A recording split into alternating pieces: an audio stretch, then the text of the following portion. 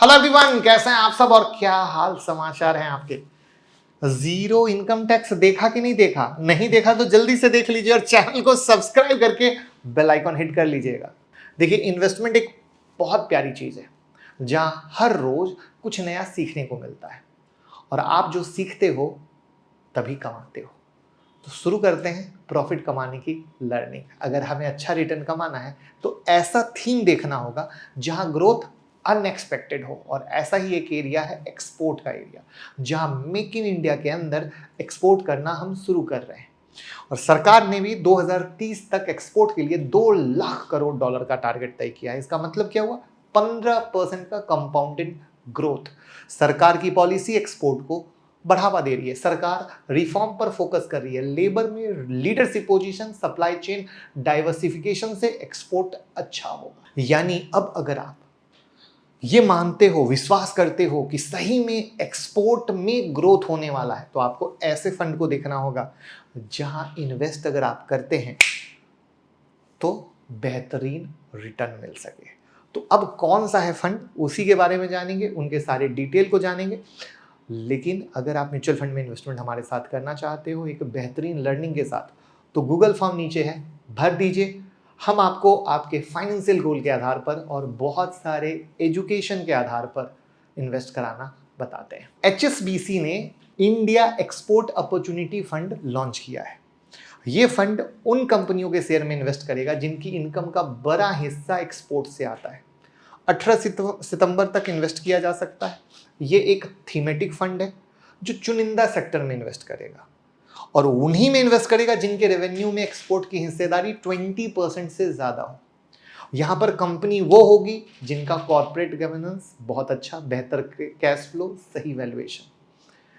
इस थीम से बाहर की कंपनी में जो इन्वेस्टमेंट होगा वो सिर्फ 20% का होगा, यानी 80% कहां? सिर्फ एक्सपोर्ट वाला। Automobile, auto component, industrial product and manufacturing, electrical equipment, pharmaceuticals, chemical, textile, construction, agriculture, petroleum product, metal, IT, software, telecom जैसी कंपनियों में ये इन्वेस्ट करेगा। ये वहां इन्वेस्ट नहीं करेंगे जिनका इनकम सिर्फ डोमेस्टिक मार्केट से आता है, यानी बैंकिंग हट गया, रियल एस्टेट हट गया, इंश्योरेंस हट गया। अब इसका अर्थ क्या हुआ? अगर एक्सपोर्ट धमाका तो इसका रिटर्न धमाका। सिंपल। तो अभी इंडिया का एक्सपोर्ट बढ़ने वाला है ऐसा माना जाता है। वहीं पर HSBC म्यूचुअल फंड के CEO ने कहा ऐसी 310 कंपनियां हैं जिनके रेवेन्यू में एक्सपोर्ट की कम से कम 20% हिस्सेदारी है। 235 कंपनियां गुड्स का एक्सपोर्ट करती हैं जबकि 75 कंपनियां सर्विसेज का करती है। इनमें 31 कंपनियां लार्ज कैप की, 40 मिड कैप की और 239 स्मॉल कैप की, यानी स्मॉल कैप की कंपनियां ज्यादा है। लेकिन कंपनी का अप्रोच बहुत ही फ्लेक्सिबल है और वो ज्यादा इन्वेस्टमेंट लार्ज कैप में करेंगे। बैंकिंग के सेक्टर नहीं है, मैंने आपको बता दिया। IT ज्यादा रहेंगे, फार्मा ज्यादा रहेंगे और ऑटो सेक्टर में ज्यादा इन्वेस्ट होगा। अब यहां पर अगर देसी भाषा में बात करें तो 80 से 100% एक्सपोर्ट कंपनी हो गया, यानी 0 से 20% क्या हो गया? अदर इक्विटी या इक्विटी रिलेटेड डेट जैसा इंस्ट्रूमेंट जैसा कहानी हो गया। बराबर। अब हम ये देखने की कोशिश करते हैं कि चूंकि ये थीमेटिक फंड है तो आपको एक चीज बताता हूं, इन्वेस्टर की दिलचस्पी बहुत बढ़ी है एज पर डेटा। सेक्टर और थीमेटिक फंड में नेट इनफ्लो म्यूचुअल फंड की दूसरी कैटेगरी के मुकाबले ज्यादा है और पिछले एक साल में सेक्टर और थीमेटिक फंड में 1.2 लाख करोड़ का नेट इनफ्लो आया है। अब आप कहोगे कोई इससे पहले था क्या? तो हाँ, एक ICICI prudential export and services fund इससे पहले आ चुका है और जो आया है तो अगर आप देखोगे तो जो इनका बेंचमार्क है BSE 500 TRI, तो ICICI ने इसको बीट किया। ध्यान से सुनना, यहीं पर है गेम। यानी डेफिनेटली जो ICICI के क्या हैं फंड मैनेजर, वो बहुत अच्छा परफॉर्म कर रहे हैं।